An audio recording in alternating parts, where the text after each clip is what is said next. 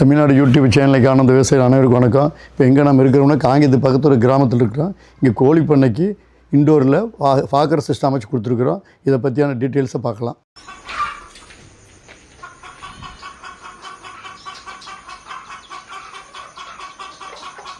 நாம் கடந்த 10 வருஷமாக மேலேயாவே கறிக்கோழி பண்ணைகளுக்கு இண்டோரில் ஃபாகிங் சிஸ்டம் அமைச்சு கொடுத்துட்டு தான் இருக்கிறோம். ஐடியா கொடுத்து விவசாயிகள் அமைச்சுக்கிட்டு தான் இருக்காங்க அவங்களே. இப்போ நம்ம முன்னெல்லாம் 10 வருஷத்துக்கு முன்னாடி பார்த்தோம்னா 22 அடி பண்ண தான் வழக்கமாக இருக்கும். அதில் சென்டரில் ஒரு ரோ மட்டும் போட்டு 8 அடிக்கு ஒரு ஃபாகர் போடுவோம். அப்புறம் கடந்த இப்போ 4-5 வருஷத்துக்கு முன்னாடி டெம்பரேச்சர் அதிகமாகிடுச்சு, கூலிங் சட்டுனா நடக்கணும் அப்படிங்கிறதுக்கோசரம் 22 அடி பண்ணையில் 2 ரோ போட்டோம். இப்போ நாம் இங்கே இருக்கிற பண்ணை வந்து முட்டைக்கோழி பண்ணை. இப்போ தான் ஃபஸ்ட் டைம் முட்டைக்கோழி பண்ணைக்கு போடுறோம்.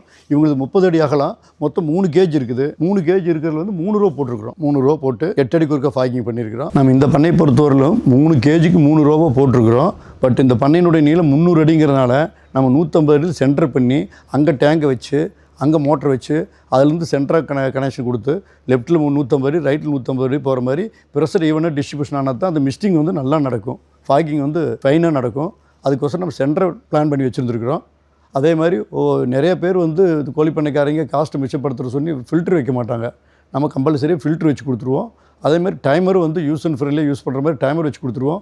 அவங்க கிளைமேட்டுக்கு தகுந்த மாதிரி அரை மணி நேரத்துக்கு ஒருக்கா 10 செகண்டோ 20 செகண்டோ ஓடுற மாதிரி அவங்களே செட் பண்ணிக்கலாம்.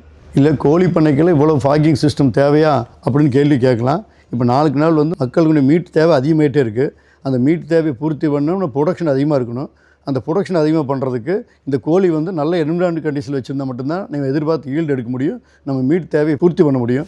அப்போ இந்த கோழி பண்ணைக்கு ஃபாகர் அமைக்கிறதுனால முக்கியமான அட்வான்டேஜ் என்ன பார்த்தோம்னா, ஒன்று வந்து மார்டலாலிட்டி குறையுது, அடுத்து வந்து ஈல்டு எச்சாகுது, அடுத்து வந்து பார்த்தீங்கன்னா நமக்கு குவாலிட்டியான ப்ரொடக்ஷன் கிடைக்கும். இந்த மாதிரி கோழி பண்ணைகளுக்கு தேவையான ஃபாகர் சிஸ்டம் நாங்கள் அமைச்சு கொடுக்குறோம். பொருள் தேவைப்படுறதுனால பொருளும் கொடுத்து டிசைன் கொடுக்குறோம். உங்களுக்கு இந்த மாதிரி அமைக்கிறதுக்கு விருப்பம் இருப்பில் ஸ்க்ரீனில் இருக்க நம்பர் தொடர்பு கொள்ளுங்கள். இதுவரை இந்த வீடியோவை கண்டு எழுத்து விவசாய நண்பர் அனைவருக்கும் வணக்கம். இதேபோல் நல்லதொரு வீடியோவில் அடுத்த முறை சந்திப்போம்.